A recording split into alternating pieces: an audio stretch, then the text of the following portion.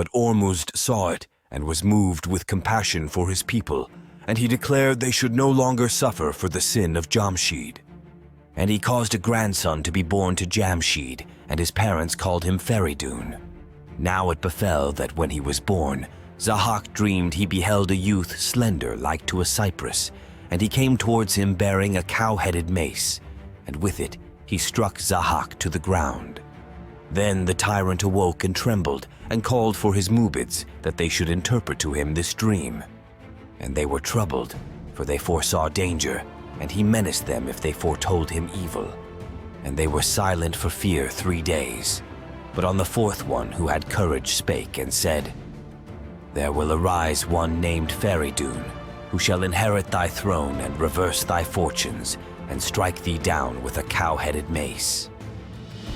When Zahak heard these words, he swooned, and the Mubids fled before his wrath. But when he had recovered, he bade the world be scoured for Feridun. And henceforth Zahak was consumed for bitterness of spirit, and he knew neither rest nor joy. The father of Feridun, Abtin, was taken to Zahak to feed the snakes. Then Zahak bade his army to prowl the world for Feridun. When Faranak, the mother of Feridun, saw this, she knew she had to do something. Now it came about that the mother of Feridun feared lest the Shah should destroy the child if he learned that he was sprung from Jamshid's race.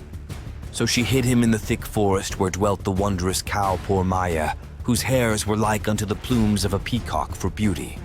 And she prayed the guardian of Pourmaya to have a care of her son, and for 3 years he was reared in the wood, and has been nursed with the milk of Pourmaya. But when the time was accomplished, the mother knew that news of Pourmaya had reached the ears of Zahak, and she feared he would find her son. Therefore she took him far into India, to a pious hermit who dwelt on the Mount Alborz. And she prayed the hermit to guard her boy, who was destined for mighty deeds. And the hermit granted her request.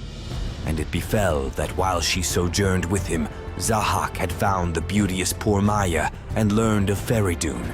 And when he heard that the boy was fled, he was like unto a mad elephant in his fury.